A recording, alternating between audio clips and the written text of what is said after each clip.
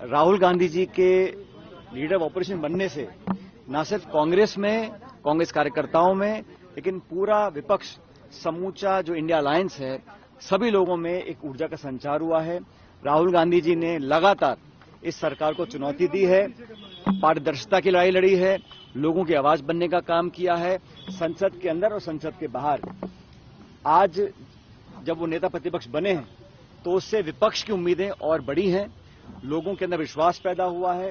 और लाखों करोड़ों लोग जिन्होंने लोकतंत्र को जीवित रखने के लिए, संविधान को सुरक्षित रखने के लिए इंडिया अलायंस को वोट डाला था, उन लोगों को आज उम्मीद बनी है कि सदन के अंदर मुस्तैदी से, मजबूती से और सच की लड़ाई लड़ने का काम राहुल गांधी जी करेंगे। उनका नेता विपक्ष बनने पर मैं उनको और उनकी समझता हूं जो आने वाली भूमिका होगी उस पर सब लोग नजर बनाए हुए हैं और पूरा देश आज उम्मीद करता है कि हम सब की बात को रखने का वो काम करेंगे।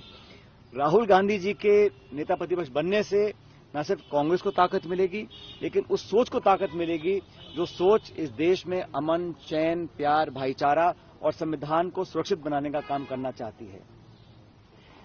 सरकार का जो रवैया रहा, मैं मानता हूं कि वो सही नहीं था। अभी इस पे अंतिम निर्णय नहीं हो पाया है कि आगे क्या होगा, लेकिन परंपरा ये होती है कि अगर स्पीकर बिना चुनाव के चुना जाता है तो डिप्टी स्पीकर का पद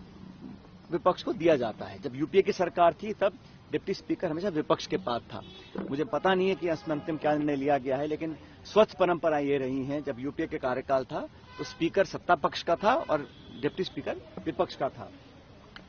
लेकिन इस सरकार का जो गठन हुआ है ये एक मिलीजुली सरकार है और किसी भी दल को पूर्ण बहुमत नहीं मिला और भाजपा जब चुनाव में गई थी तो 303 सांसद उनके थे, आज वो 240 पे हैं, तो लगभग 65 सांसद बीजेपी के कम हुए हैं। कांग्रेस पार्टी के 55 सांसद थे, 54 सांसद थे, आज 102 सांसद हैं, तो हमारा संख्याबल दुगना हुआ है।